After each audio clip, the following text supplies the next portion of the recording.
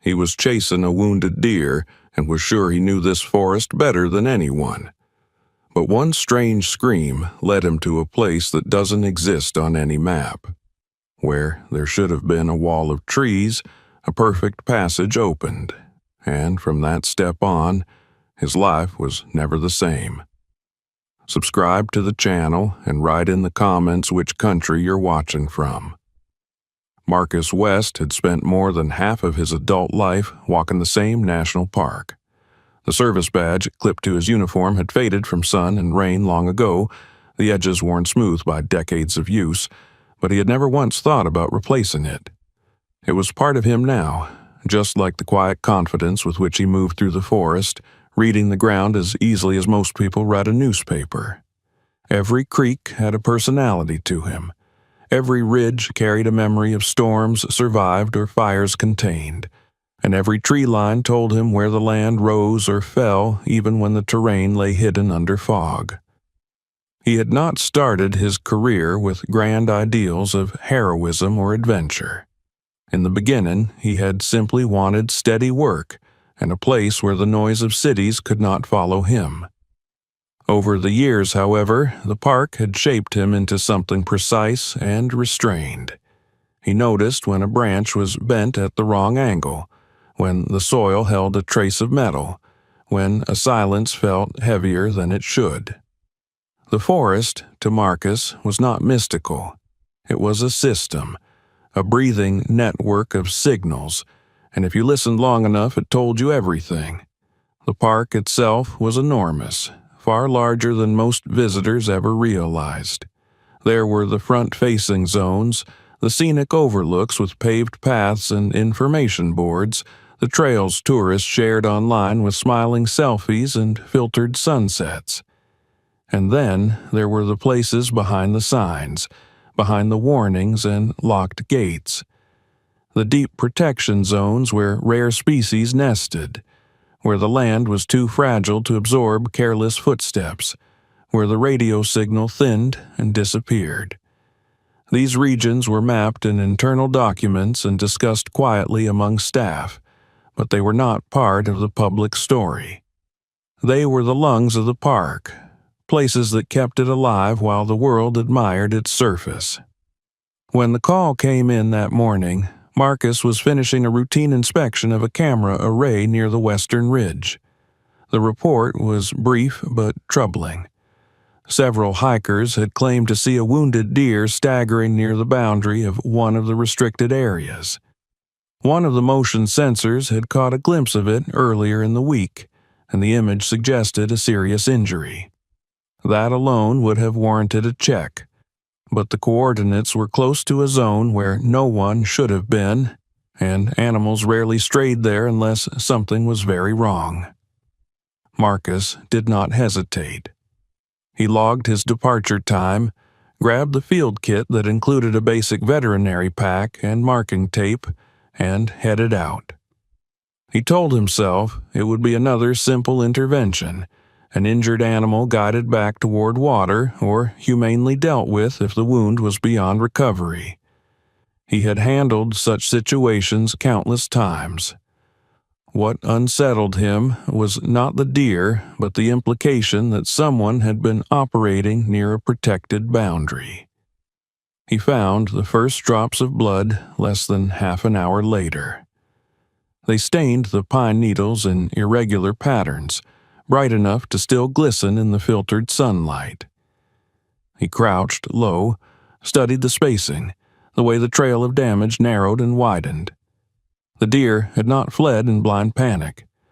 It had been moving with strange deliberation, slowing at odd intervals, almost pacing itself.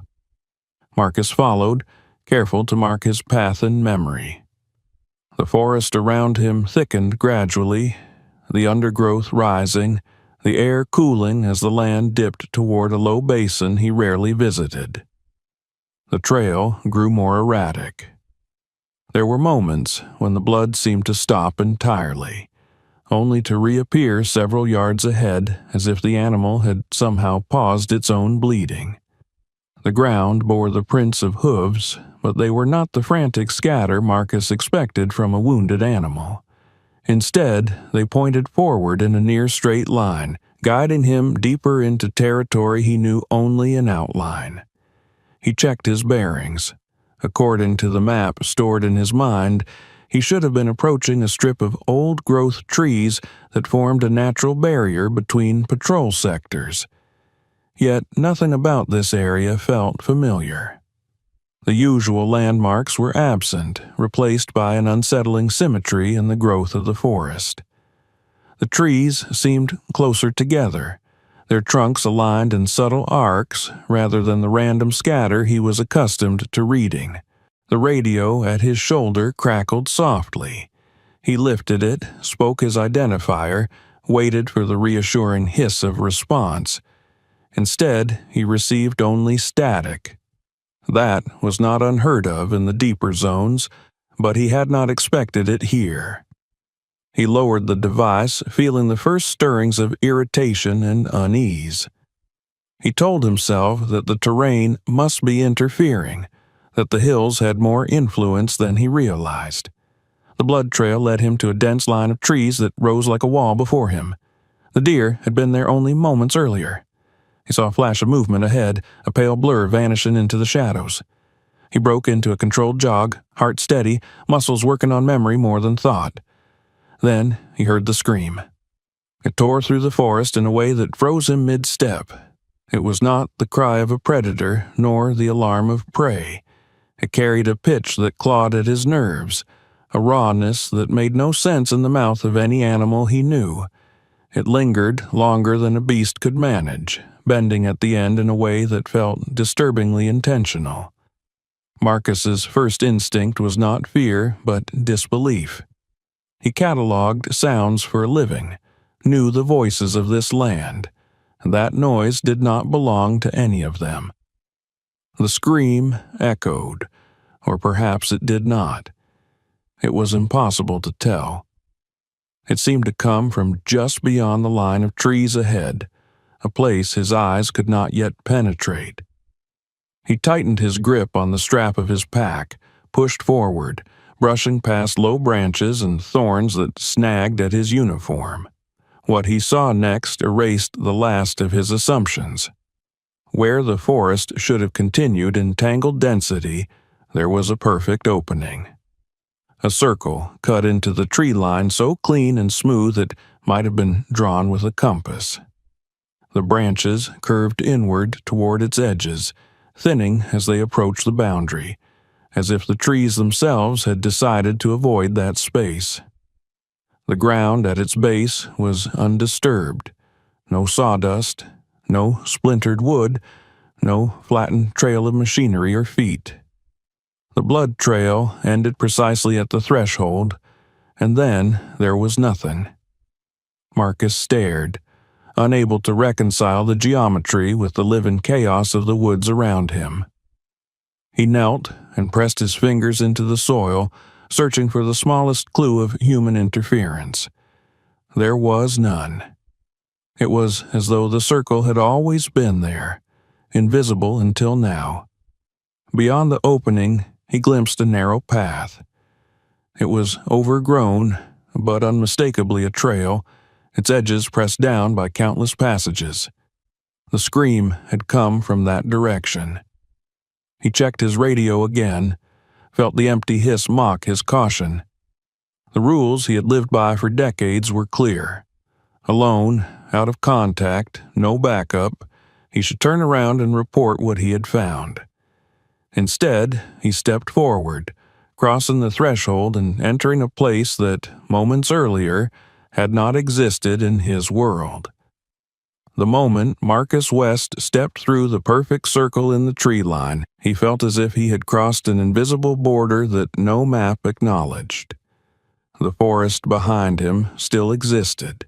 He could see it if he turned his head, yet it already seemed distant, slightly out of focus, like a memory that had begun to fade even while it was still happening.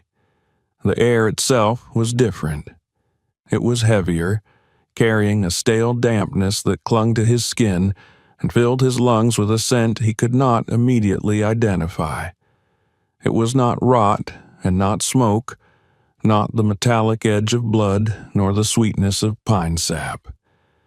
It was something muted, as though all the ordinary fragrances of the forest had been pressed into a single dull note. The trail ahead was narrow, barely wide enough for one person to pass without brushing against the surrounding undergrowth. Marcus moved cautiously, his boots sinking into soil that seemed darker and softer than the ground he had just left. Each step made less noise than it should have, as if the earth were swallowing sound. He turned slightly to look back at the circle, wanting to fix its position in his mind, but the line of trees behind him had already begun to blend together in a way that unsettled him. The geometry he had seen moments earlier was still there, yet the sharpness of its edges had dulled. He told himself that it was nothing more than a trick of light, that his eyes were adjusting to the shade after the brighter clearing. But the unease did not go away. He tried his radio again.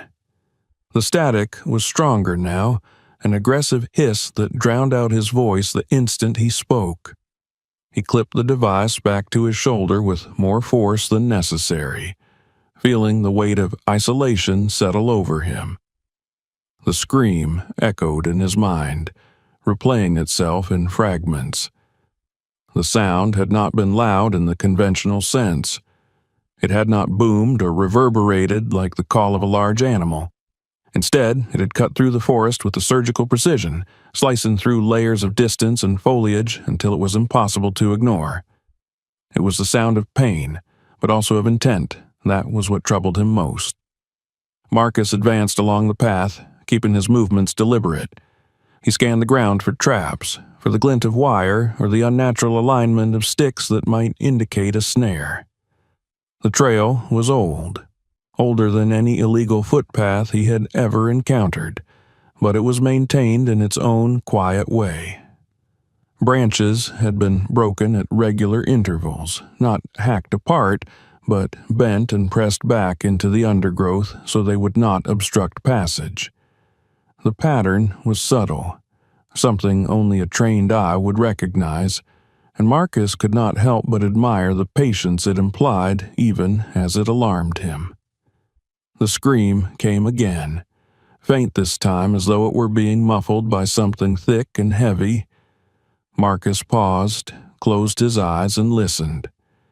He tried to place the sound in the three-dimensional map of the forest he carried in his head, but the acoustics here were wrong. The call seemed to come from everywhere and nowhere at once, without the usual delays or distortions that would help him judge distance. It felt closer than it should have been, and that proximity set his heart racing. He forced himself to keep moving. The responsibility that had defined his career would not allow him to retreat without understanding what he had found. He imagined a person caught in a trap, bleeding out in a place where no one would ever think to look. He imagined a frightened hiker who had wandered too far and found something he was never meant to see. The images fueled his steps, but they also sharpened his awareness of how completely he had left the familiar world behind. The deeper he went, the more the forest seemed to change its behavior around him. Birds were absent, their usual chatter replaced by an oppressive stillness that pressed against his ears. Insects did not buzz at the corners of his vision. Even the wind appeared to have lost interest in this corridor, its whispers dying out before they could reach him. Marcus had walked through the quiet aftermath of storms and fires, through areas where life retreated temporarily in the face of devastation. But this was different. This silence felt curated. He noticed then that the deer tracks, which had vanished so abruptly at the circle, were not entirely gone. Here and there along the path he could make out the faint impression of a hoof, not pressed deeply into the soil but just enough to suggest presence. They were spaced evenly, too evenly, as if the animal had moved without fear or haste. A wounded deer did not walk like that. A wounded deer fled until it collapsed or it hid in water, trying to lose the scent of blood. Whatever had led this creature here had overridden its instincts. Marcus slowed, his eyes tracing the faint marks on the ground. The path dipped gently, descending into a shallow hollow that was darker than the surrounding forest. He felt a subtle pressure in his ears, the sensation one experienced when entering a high-altitude cabin or descending in an elevator. It was slight, but unmistakable. He swallowed, equalizing, and continued. There were signs of human activity now, small and easily missed. A length of translucent fishing line strung low between two saplings, not meant to catch, but to announce. A shallow notch carved into the bark of a birch tree at chest height, the wood beneath weathered but still visible. Marcus cataloged these details with growing dread. Whoever had created this place had done so with an intimate understanding of how people like him moved through the forest.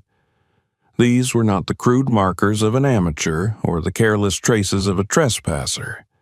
They were the fingerprints of someone who had lived here long enough to learn the park's blind spots.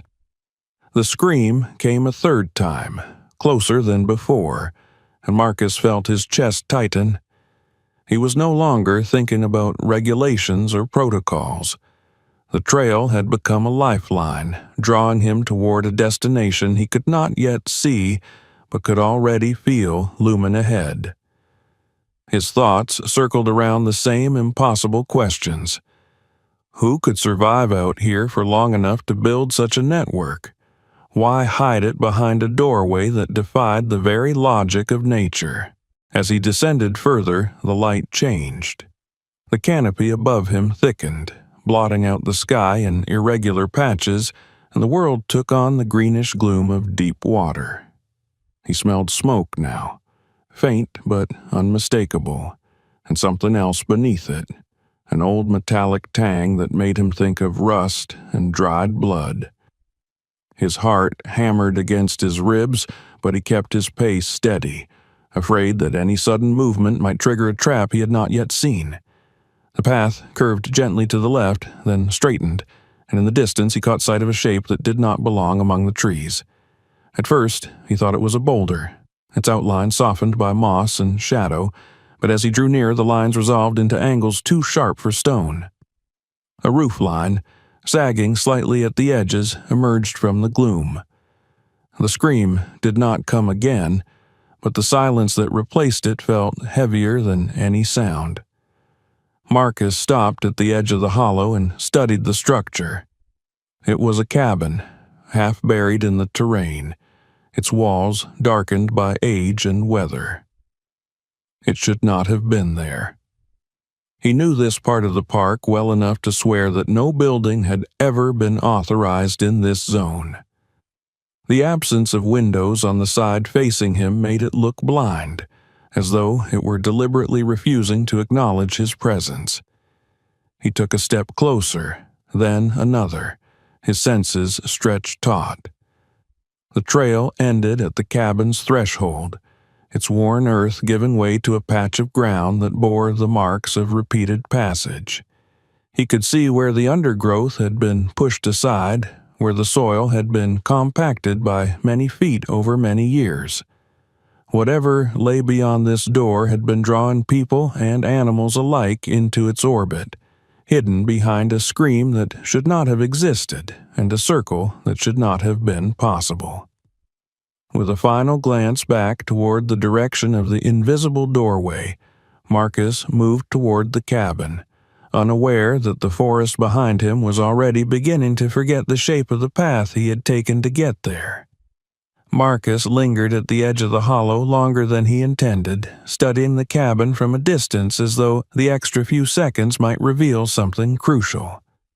The silence was so complete that it felt like pressure against his eardrums, a physical presence rather than the absence of sound. He had learned to trust the smallest deviations in the forest's behavior, and everything about this place deviated.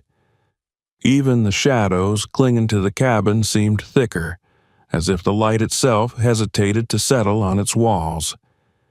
He forced himself to breathe slowly and stepped forward. The ground here was softer than it should have been, almost spongy beneath his boots, and he realized with a shiver that it was not soil alone, but layers of decomposed leaves and needles pressed together by years of traffic. The path that had led him here was no longer obvious behind him. He turned slightly to orient himself, but the narrow corridor he had followed had already begun to blur into the surrounding growth, as though the forest were closing ranks in his wake. He raised his phone and watched the GPS indicator struggle. It caught a signal for a moment, flickered, then slid several yards off its true position before freezing altogether. He knew the limitations of satellite tracking and dense canopy, yet this was worse than anything he had seen in his 2 decades on duty. He tried to align the device with the sun, estimating direction the old way, but the hollow was deep enough that even midday light barely filtered through. He felt a prickling unease at the base of his skull. Without reliable orientation, every step forward increased the distance between him and the world that made sense. As he approached the cabin, he noticed the first unmistakable sign that this place was not abandoned. A faint line of flattened grass led around the side of the structure, not a single track, but many overlaid into a narrow lane. It was the sort of detail tourists never saw, but Marcus recognized the pattern instantly. Someone walked here often, frequently enough to keep the undergrowth from reclaiming the ground. The realization did not comfort him. It raised a more troubling question. Who could live this deep inside the park without leaving a trace anywhere else? He circled the cabin slowly, keeping a few paces back from the wall. The wood was darkened almost to black, its grain swollen by decades of moisture, yet the boards were intact. There were no signs of the rot that ate away at truly abandoned buildings. The roof sagged in the middle but did not leak, and a thin line of smoke stain traced its way out from beneath the eaves. Marcus paused there, inhaled carefully, and caught the ghost of wood smoke again. Someone had been here not long ago. The scream did not repeat itself, but its absence was almost worse. He could not shake the feeling that he had arrived at the center of a carefully constructed silence. He crouched and examined the ground near the door. The soil was pressed down in an oval shape, a makeshift mat formed by the accumulation of countless steps. There were no fresh boot prints, no crisp edges, just a general smoothness that spoke of long use rather than recent disturbance. It was as though whoever belonged to this place had learned to erase their own presence. Marcus straightened and rested his hand lightly on the door. He did not open it yet. Instead, he listened, straining for any hint of movement within. There was nothing, not even the creak of settling wood. He thought again of the scream, of the way it had sounded trapped and yet deliberate. He imagined someone inside, waiting, perhaps aware of his arrival, perhaps counting on the forest to do the work of concealment for them. He pushed the door open. The interior was dim, lit only by a thin shaft of light that slipped through a crack in the roof. Dust motes drifted lazily in its beam, and the air carried the same muted scent he had noticed on the trail, a mixture of smoke, old iron, and something faintly animal. The room was larger than he had expected, its low ceiling supported by beams that had been reinforced with metal brackets. A table stood in the center, its surface bare but for the faint outlines where objects had been moved again and again. The walls were lined with shelves that held containers of various sizes, most of them empty but meticulously cleaned. He stepped inside, his boots whispering against the compacted earth floor. To his right, he saw the first set of tools. Knives of different lengths hung from pegs, their blades dull with use but carefully maintained. A coil of rope lay beneath them, its fibers worn smooth by handling. Further along the wall, he spotted a series of metal traps stacked neatly one atop another, each one closed and oiled, ready to be set. He had confiscated enough illegal equipment in his career to recognize the difference between a careless poacher's stash and a professional's kit. This was the latter. The far wall held the most disturbing display. Maps of the park were pinned there, overlapping in places, their edges frayed with age. These were not the glossy guides sold at visitor centers, but detailed topographic charts, the kind reserved for internal use. Routes were marked in pencil, patrol schedules annotated in tight, economical script. Red circles dotted the paper at irregular intervals, some labeled with dates, others with nothing more than a single word that Marcus could not read from where he stood. His pulse quickened as he realized what those marks represented. They were too numerous to be coincidence, too evenly spread to be random. Below the maps lay a scattering of newspaper clippings held in place by thumbtacks. He moved closer, reading the faded headlines. Reports of missing hikers, of search efforts that had been called off after weeks of fruitless scouring, of animals found dead in places that made no ecological sense. The dates stretched back decades, forming a timeline of quiet disappearances that had never been connected. Until now. He felt the weight of that knowledge settle over him, heavy and cold. This cabin was not a hideout. It was an archive. A soft sound outside made him freeze. It was not loud enough to be the snap of a branch, not distinct enough to be the footfall of a large animal. It was the kind of noise that might be produced by metal brushing against wood, by a tool being lifted from a hook, by someone adjusting their grip on a heavy object. Marcus did not move, his senses straining to parse the quiet. The scream did not return. Instead, there was the sense of proximity, of another presence occupying the same pocket of forest, invisible but near enough to matter. Marcus backed away from the wall of maps, his eyes darting to the door. He realized with a surge of dread that he had no clear memory of the path he had taken to reach the cabin. The forest beyond the threshold looked the same as it always had, dense and indifferent, yet he knew now that it could rearrange itself without warning. He took a step toward the door, then another, keeping his movements slow and controlled. The air outside seemed thicker than before, and he could swear that the trees were leaning inward, their branches knitting together in subtle, imperceptible ways. Somewhere behind him, a piece of metal rang softly, like a bell muffled by cloth. Marcus did not wait to hear it again. He pushed through the doorway and into the hollow, his mind already racing ahead to the only safe conclusion he could reach. Whatever this place was, whatever logic governed the circle and the trail and the cabin, it was not content to be discovered. And if he did not leave soon, it might decide to keep him. Marcus stepped back into the hollow with a sense that the air itself had tightened around him. The door to the cabin creaked faintly behind his shoulder as it settled, the sound unnaturally loud in the dense silence that ruled this place. For a moment, he simply stood there, eyes closed, listening. Nothing answered him. No rustle of leaves, no distant bird call, no whisper of wind moving through branches. It was as if the hollow had been hollowed out of the forest's ordinary life, a pocket where sound went to die. He forced himself to circle the cabin slowly, keeping several feet between his body and the walls. The outside of the structure looked older than anything he had seen in this sector of the park. The wood was grayed and furred with lichen, yet it was not collapsing.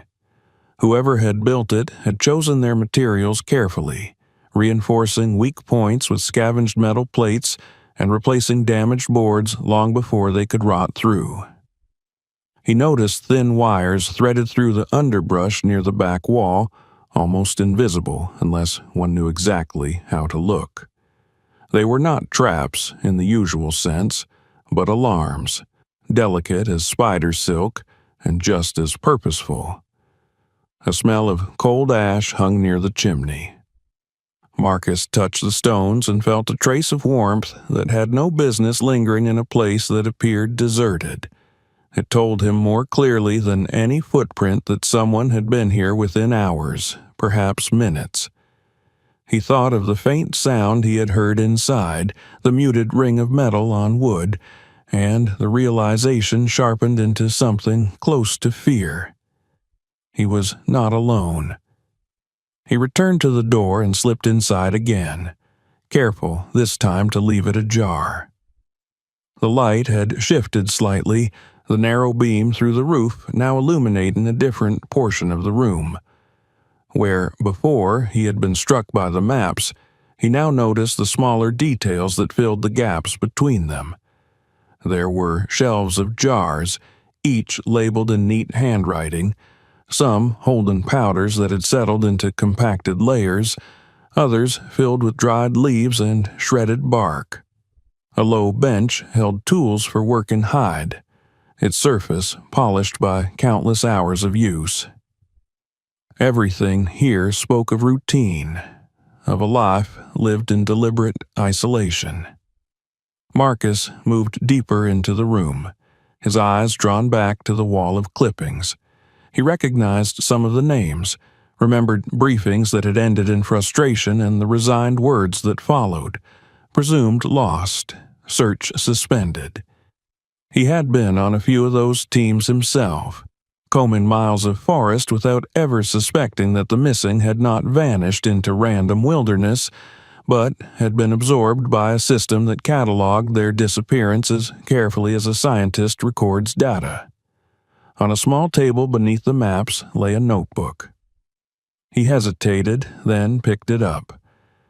The pages were thick and yellowed, filled with cramped script that alternated between meticulous records and bursts of erratic, almost frantic scrawling. He saw dates, weather conditions, short phrases that described animal movements or human patterns, and symbols he could not decipher. In the margins were notes about silence, about sound bending and vanishing, about doors that did not exist until they were needed. Marcus closed the book slowly, feeling a coldness spread through his chest.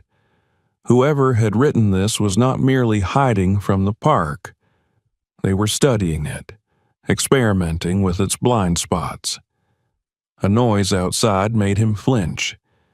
This time it was unmistakable. A footstep, careful and controlled, too deliberate to belong to any animal native to this forest. Marcus's hand went instinctively to the small sidearm he carried, though he knew that any confrontation here would end badly. He edged toward the doorway, trying to keep his breathing steady. Through the gap, he saw movement. Not a clear shape, but the suggestion of it. A shadow that did not quite match the contours of the trees. It paused, as if listening, and Marcus realized with a jolt that the silence here was not passive. It was enforced. Sound was being absorbed or redirected, stolen from the world and hidden away. He stepped outside, letting the door swing wider so it would not betray him with a sudden creak. The hollow seemed darker now. The light above filtered through a thicker weave of branches. The flattened grass path he had followed to the cabin was still visible, but it looked narrower, its edges blurred. He told himself that nothing had changed, that this was simply his mind grasping at patterns, but the unease did not recede. He moved along the side of the cabin, keeping to the shadows, trying to spot the person whose presence he felt so strongly. He saw nothing, yet the sense of being observed intensified, a pressure between his shoulder blades that made him want to turn and run. Instead, he continued to scan his surroundings, cataloging every detail that might help him find his way back. A distinctive knot in a pine trunk, a cluster of pale mushrooms at the base of a fallen log, a faint discoloration in the soil where water pooled after rain. The trail that led away from the cabin was still there, but it was less defined than before. It was as though the forests were erasing it in real time, drawing branches and leaves into the space he had just vacated. Marcus followed it anyway, moving faster now, no longer caring about stealth. He needed to reach the circle, to cross back into the park he knew before whatever governed this place decided to close the door on him. As he climbed out of the hollow, he heard the metal sound again, closer this time, a muted clink that sent a jolt of adrenaline through his veins. He broke into a jog, eyes flicking constantly to either side, expecting at any moment to see a figure emerge from the gloom. None did, but the forest itself seemed to react to his haste. Branches snagged at his sleeves, roots rose beneath his feet, the ground subtly reshaping itself to slow his progress. He burst out of the hollow and into the corridor where the circle should have been. He skidded to a halt, his breath leaving him in a ragged exhale. There was nothing there. The wall of trees stood unbroken, their trunks interlaced with vines and undergrowth in a pattern that looked utterly natural. Marcus stared, disbelief flooding him. He stepped closer, pressed his palms against the bark, searched for the telltale thinning of branches, the impossible geometry he had seen only minutes before. There was no trace of it. The doorway that had carried him into this hidden pocket of forest had vanished as completely as the deer tracks that had led him there. Behind him, the faint sound of metal on wood came again, patient and unhurried, and Marcus understood that he was no longer simply lost. He was being kept. Marcus stood facing the seamless wall of trees, his palms still pressed against the bark where the perfect circle had been only moments earlier. The forest gave him nothing back. No hint of geometry, no thinning of branches, no subtle curve to betray the doorway that had delivered him into this place. It was as if the woods had inhaled and swallowed the opening hole, smoothing itself over the wound. His pulse thundered in his ears, and for the first time in many years he felt the true weight of isolation. Not the familiar solitude of a long patrol, but a deeper estrangement, the sensation of being unmoored from the rules that had governed his entire career. He forced himself to step back, knowing that panic would only make him careless. The metal sound came again behind him, soft but deliberate, as though someone were handling equipment with the confidence of habit. Marcus turned slowly, scanning the corridor he had followed from the hollow. It no longer looked like a path. Branches drooped into the space, narrowing it, and the ground appeared less trodden, the flattened grass beginning to lift as if it had been pressed there days ago rather than minutes.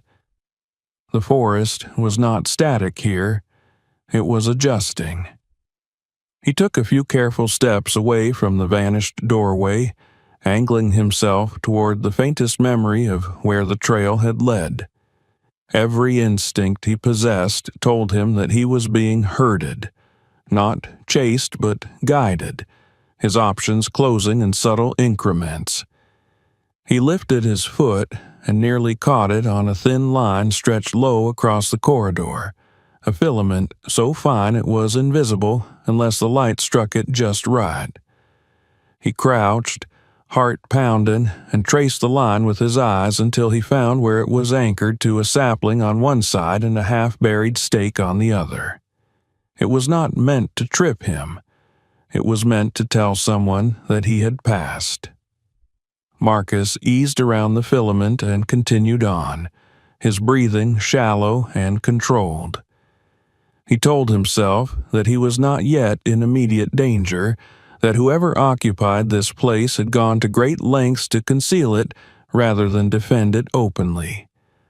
But the sounds in the forest contradicted that comforting logic.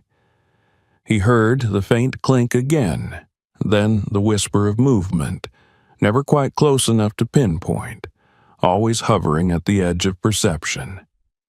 It was like walking through a room where someone was rearranging the furniture behind his back. The scream returned, distant but unmistakable, and this time Marcus felt no doubt that it was human. It carried a hoarse quality that no animal could mimic, a pleading cadence that scraped raw at his nerves. He stopped, torn between the urge to follow the sound and the desperate need to find a way out. The scream did not last long. It broke off abruptly, as though a hand had been clamped over a mouth, and the silence that followed was so abrupt it made his head ring. He closed his eyes and tried to map the space around him, drawing on the discipline that had guided him through storms and night patrols and search operations that lasted days. He imagined the hollow behind him, the cabin crouched at its center like a spider, the trail that had brought him here now fading into indistinctness. He reminded himself that the forest could not truly rearrange itself, that his perception must be skewed by stress. But when he opened his eyes, the corridor looked even less defined than before, the edges of the path dissolving into a blur of green and shadow. He moved on, faster now, careful not to run outright, but no longer bothering with the stealth that had marked his earlier progress. He needed to put distance between himself and whatever was manipulating this place, and he needed to reach a point where the rules he understood applied again. His boots sank into the earth, which felt looser with every step, as if it were being churned from below. He nearly stumbled when the ground dipped unexpectedly, catching himself on the trunk of a tree that leaned at a slight angle he did not remember seeing. Another sound followed him. Not metal this time, but breath. It was faint, the merest disturbance of air, yet it had rhythm to it, the cadence of lungs filling and emptying. Marcus did not turn. He knew that if he did, he would break whatever fragile momentum he had built, and that hesitation might be all the opening his unseen companion required.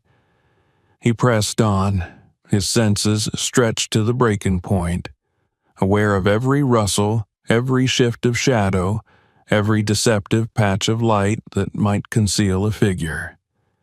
He thought of the maps he had seen on the cabin wall, the careful circles and annotations that turned the park into a chessboard. This place was not simply a hiding spot.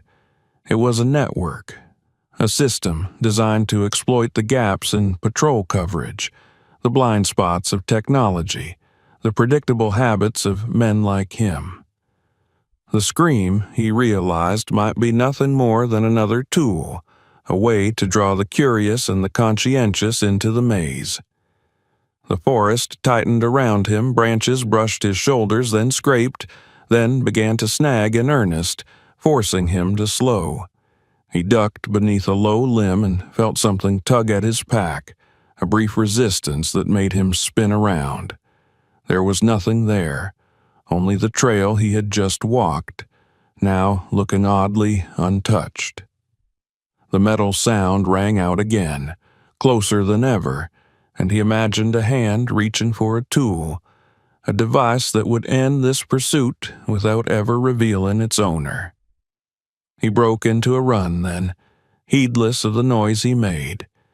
He had passed the point where caution could save him. His only chance lay in reaching the circle and forcing the forest to acknowledge the boundary he had crossed earlier. He barreled through undergrowth that tore at his uniform, his breath coming in harsh bursts that echoed too loudly in his own ears. The scream did not come again, but he felt its absence as keenly as he had felt its presence, a reminder of the stakes he no longer had the luxury to contemplate. He burst through a curtain of hanging vines and into a space that should have held the doorway. Instead, he found himself staring at the same unbroken line of trees he had encountered moments earlier. He skidded to a halt, his boots carving shallow furrows in the soft earth. His mind reeled. This was the place. He was certain of it. The knot in the pine trunk, the cluster of pale mushrooms, the faint depression in the ground where water pooled after rain. Every landmark he had memorized was here, but the circle was not. Panic surged, hot and dizzying, threatening to unravel the careful discipline that had kept him alive until now. He pressed his hands to the bark again, as he had before, searching for the subtle give that had marked the boundary. There was none. The trees were solid, their roots gripping the soil with implacable certainty. Behind him, the whisper of breath grew louder, no longer content to remain a suggestion. Marcus staggered back, his heart hammering so hard he felt it in his throat. He looked left and right along the tree line, desperate for any sign of curvature, any hint that the forest was lying to him. The corridor he had followed was almost gone now, its edges bleeding into the undergrowth until it was nothing more than a faint discoloration in the leaves. The forest was hiding the path, and with it, his escape. He forced himself to stillness, closing his eyes for a single, precious moment. He pictured the circle as he had first seen it, the impossible precision of its edge, the way the branches had thinned as they approached its boundary. He imagined the angle of the light, the position of the sun filtering through the canopy, the way the air had felt different on the other side. When he opened his eyes again, he did not rush forward. He let his gaze soften, letting the rigid focus of panic dissolve into a broader awareness. There, just barely, he saw it. Not a hole, not a circle, but a discrepancy, a place where the vertical lines of the trunks bent ever so slightly, where the rhythm of the forest faltered. It was nothing he could have described to anyone else, but it was enough.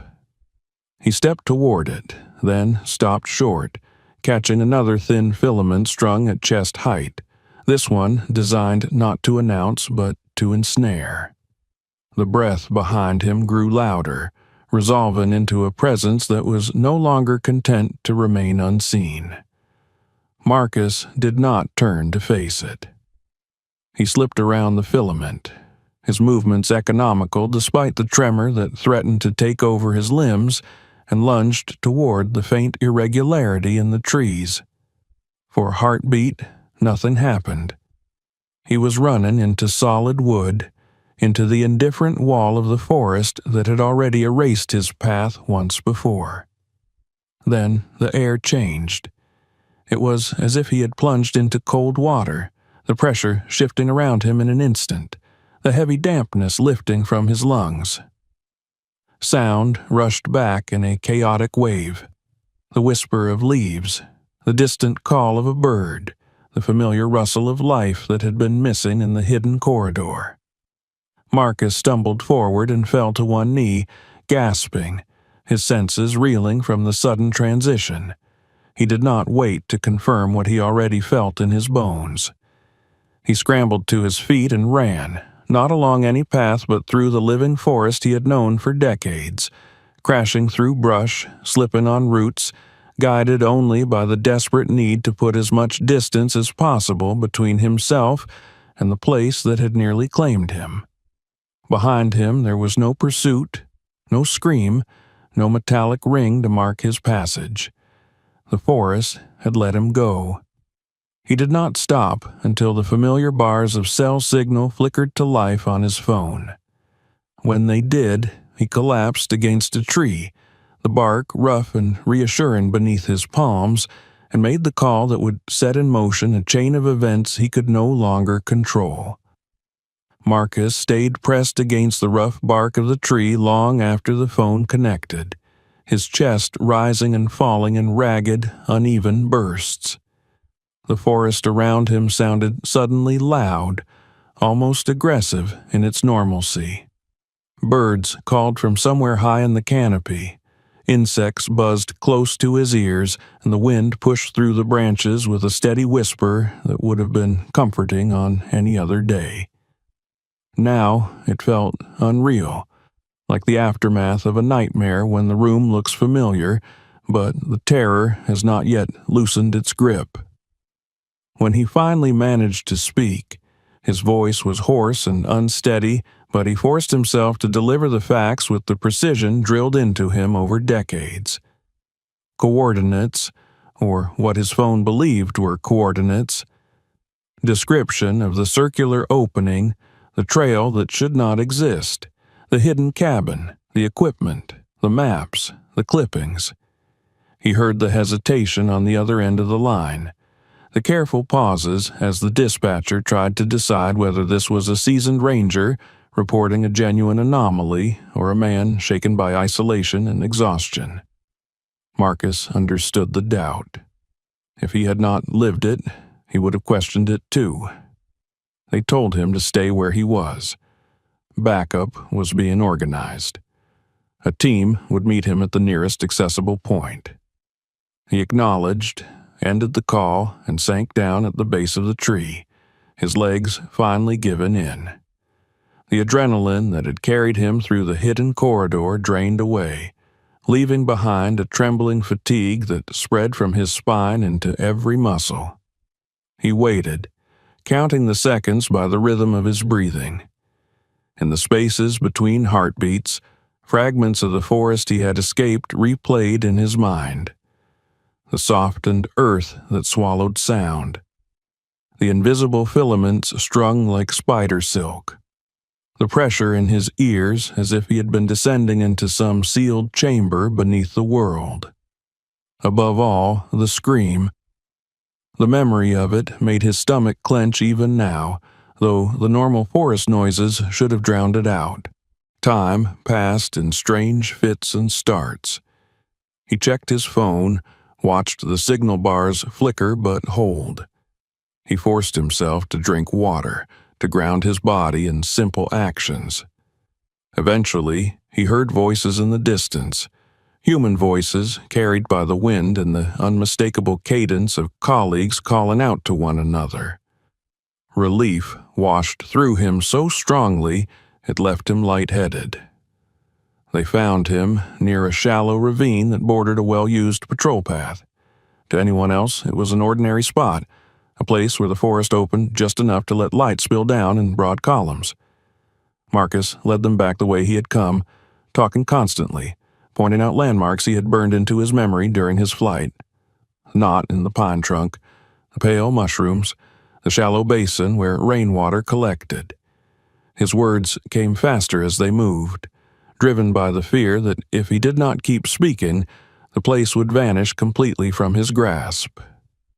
When they reached the line of trees where the circle should have been, he felt the same hollow drop in his stomach he had felt when he first realized it was gone. He stepped forward, raised his hands, and showed them exactly where the doorway had opened. There was nothing to show. Just a dense tangle of trunks and vines, indistinguishable from any other section of the park. They searched anyway. They spread out in careful formation, scanning the ground for signs of disturbance, climbing slight rises to look for any unnatural alignment in the trees. They found no trail, no hollow, no cabin, not a single piece of fishing line or a hint of flattened grass. The forest here was pristine, untouched by anything larger than the animals that belonged to it. One of the younger rangers gave Marcus a long, searching look, not unkind but edged with concern. Another suggested they widen the search radius.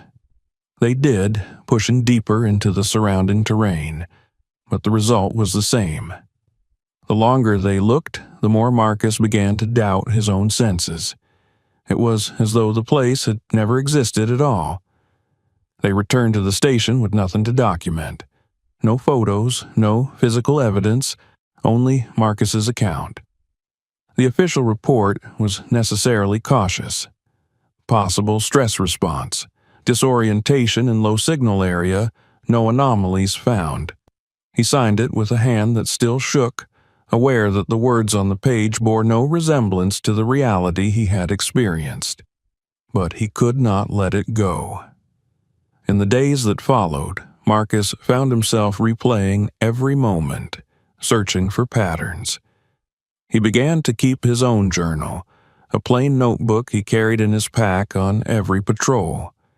He recorded the weather, the wind direction, the humidity, the quality of light filtering through the canopy.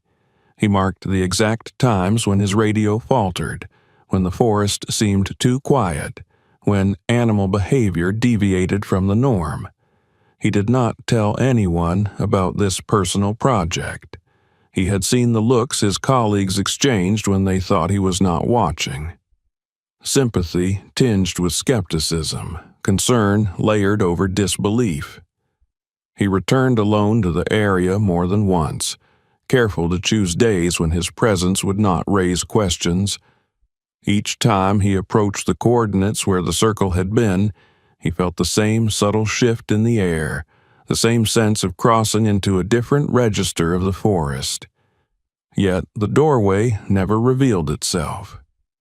He would stand among the trees, turning slowly, letting his gaze drift rather than focus, searching for the discrepancy that had guided him out that first time. Nothing answered. Weeks passed. Reports trickled in of oddities that would once have gone unnoticed. A camera trap that stopped transmitting for hours at a time despite full batteries. A ranger who swore he had followed a set of fresh boot prints only to lose them in a patch of ground that showed no sign of disturbance. A tourist who complained of hearing a scream deep in the park. A sound that had left them shaken but left no trace. These incidents were written off individually, lost in the steady flow of minor anomalies that marked any large natural area. Marcus alone saw the thread connecting them. He compared dates, weather conditions, patterns of patrol coverage. Slowly, a picture began to form. The disruptions clustered around certain atmospheric states, heavy humidity following days of heat, low wind, the particular angle of afternoon light that flattened shadows and erased depth. It was as if the forest opened itself under specific conditions, offering access to something that preferred to remain unseen. One afternoon, while reviewing old case files, Marcus noticed a correlation that made his hands go cold. Several of the disappearances he had seen pinned to the cabin wall had occurred during weeks that matched his emerging pattern almost perfectly. The people who had vanished had not simply wandered off. They had stepped into a gap. The implications of that realization weighed on him more heavily than the fear he had felt in the hollow. This was not an isolated anomaly that could be quarantined or dismissed. It was a system that had been operating beneath the surface of the park for years, perhaps decades, unnoticed because it did not leave conventional evidence behind. His sleep suffered. He woke at night to phantom echoes of the scream, to the imagined brush of branches against his shoulders, to the sensation of air pressing in on him from all sides. He began to hear things in the forest that no one else did, or at least that no one else admitted to hearing. A muted metallic ring when the wind shifted just so. A hush that fell too suddenly, as though the world had been cupped in a giant hand. The next time the conditions aligned, he felt it in his bones. The air was thick, the light strangely diffuse, the usual background noise of the park subdued. He found himself walking toward the same sector without fully realizing he had made the decision. He stopped only when he reached the familiar ravine, the last place where the forest still felt unquestionably real. He did not cross it. Instead, he stood at the edge, his journal heavy in his pocket, and listened. The scream did not come. Neither did the circle reveal itself.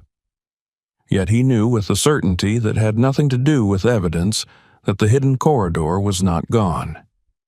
It was waiting, responding to variables he had only begun to understand, choosing its moments with a patience that dwarfed his own. When he finally turned back toward the station, the forest behind him sighed in a way he could not quite explain, a subtle release of tension that made him wonder whether he had been closer to the threshold than he realized. The official search ended with the quiet finality of paperwork.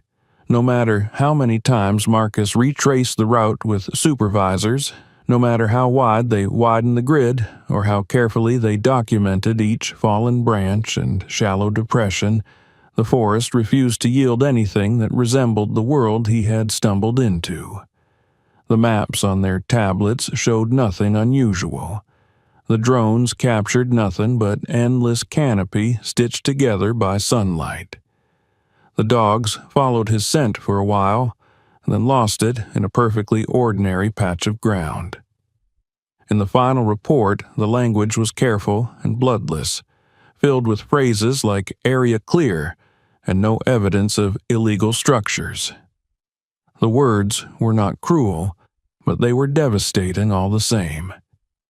At first, Marcus thought that the frustration would fade with time, that the forest would slowly reassert itself as the place he had always known. Instead, the opposite happened. Each patrol only deepened his unease. He found himself scrutinizing stretches of trail that he had once walked without thinking, stopping to listen to the way sound carried, noting how the wind bent the grass, how shadows pooled beneath certain clusters of trees. It was as if he had been granted a glimpse of a hidden layer of reality, and now could not stop searching for it, even though the doorway had sealed itself behind him. His colleagues treated him differently. No one said anything openly, but he saw the glances when he entered a room, the way conversations dipped when he passed. They were not mocking him. If anything, their concern made the distance harder to bear. A few of the younger rangers asked him questions in private, not about the circle or the cabin, but about how he was sleeping, whether he needed time off. He gave them polite answers and kept his journal hidden in the bottom of his locker. The journal became his anchor. He filled it with dates, times, weather conditions, stray impressions that he could not fit into any official format. He noted when the forest seemed too quiet and when the radio crackled without reason. He wrote about the weight in the air that preceded storms and how, on certain days, that weight lingered long after the clouds had passed. He tried to be scientific about it, to build a model from the chaos, but the truth was that the patterns only made sense to him. They were stitched together from memory and instinct, from the residue of fear that had never quite left his body. Occasionally, a report would cross his desk that made his pulse spike. A hiker who swore they had heard a scream far from any trail. A family who returned from a day trip missing one of their backpacks without understanding how it had been lost. A remote camera that recorded nothing but static for an hour before resuming its usual watch over an empty clearing. Each incident was explained away, absorbed into the endless noise of a living park, but Marcus added them to his private ledger, watching as the same conditions appeared again and again in the margins of his notes. He stopped trying to convince anyone else.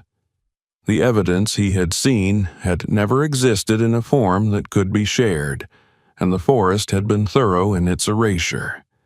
The maps in the cabin, the jars, the traps, the clippings that chronicled a shadow history of disappearances, all of it had dissolved back into the wilderness as if it had been nothing more than a projection of his own mind. Yet, he knew that projection could not have left his boots torn and his hands raw, could not have etched the memory of that scream into the deepest part of his nervous system. On nights when sleep eluded him, he lay in the small apartment the service provided and listened to the sounds of the town beyond his window. cars passing, distant laughter, the occasional bark of a dog. He had once found those noises intrusive, a reminder that the park was never as isolated as it pretended to be. Now he clung to them, letting their ordinariness reassure him that the world still obeyed rules somewhere. Even so, there were moments when he swore he could hear a faint metallic ring beneath the hum of traffic, a note that did not belong but insisted on making itself known. The break-in point came on an afternoon that seemed by every metric entirely unremarkable. The sky was high and pale, the humidity just low enough to be comfortable, the forest alive with the steady murmur of insects and birds. Marcus was finishing a patrol near the western ridge when his radio faltered for a heartbeat and then cleared. He slowed, the hairs on his arms rising in response to a sensation he could not articulate. The air felt wrong, not heavy this time, but thin, as though a vacuum were forming just beyond his field of vision. He closed his eyes and stood still. The forest did not go silent. Instead, the sounds around him seemed to slip out of alignment, the bird calls arriving a fraction too late, the rustle of leaves lacking their usual echo. It was subtle, so subtle that he might once have dismissed it without a second thought. Now it rang in his bones. When he opened his eyes, he saw it. Not a doorway, not yet, but a suggestion of one, a curve in the vertical discipline of the trunks, a place where the pattern of growth faltered just enough to betray itself. His heart thudded, not with panic this time, but with a strange, steady resolve. He knew that if he stepped forward, he might never come back. He knew that whatever intelligence governed the hidden corridor had noticed him as clearly as he had noticed it. He did not move. Instead, he reached into his pack and pulled out his journal, flipping to the blank page he had left for the next anomaly. He wrote the date, the time, the conditions, his hands surprisingly steady as he documented the beginning of what he knew could become the end of his ordinary life. He did not try to capture the curve he saw with words. He did not need to. It was enough that he acknowledged it. The forest held its breath. The sounds hovered in that skewed half-world he had come to recognize, waiting to see what he would do. Marcus closed the journal and slid it back into his pack. He took a single step closer to the irregularity in the trees, not far enough to cross any boundary, just enough to let the place know that he was aware of it. For a long moment, nothing happened. Then the light shifted, no more than a ripple, and the curve sharpened into something almost visible. He stepped back. The sensation passed like a wave receding from shore. The bird calls fell back into rhythm, the leaves resumed their whisper, and the forest became once again the forest he had always known. Marcus stood there for several minutes, breathing slowly, letting the ordinary world reassert itself around him. When he finally turned away, he did not feel relief. He felt acceptance. He walked back toward the station under a sky that looked exactly as it had that morning, aware that somewhere beyond the limits of his vision a door had opened and closed in the span of a heartbeat. The place no longer existed in any sense that could be mapped or proven, but it had left its mark on him all the same. He would never again patrol these woods with the easy certainty of a man who believed he knew every creek and every tree.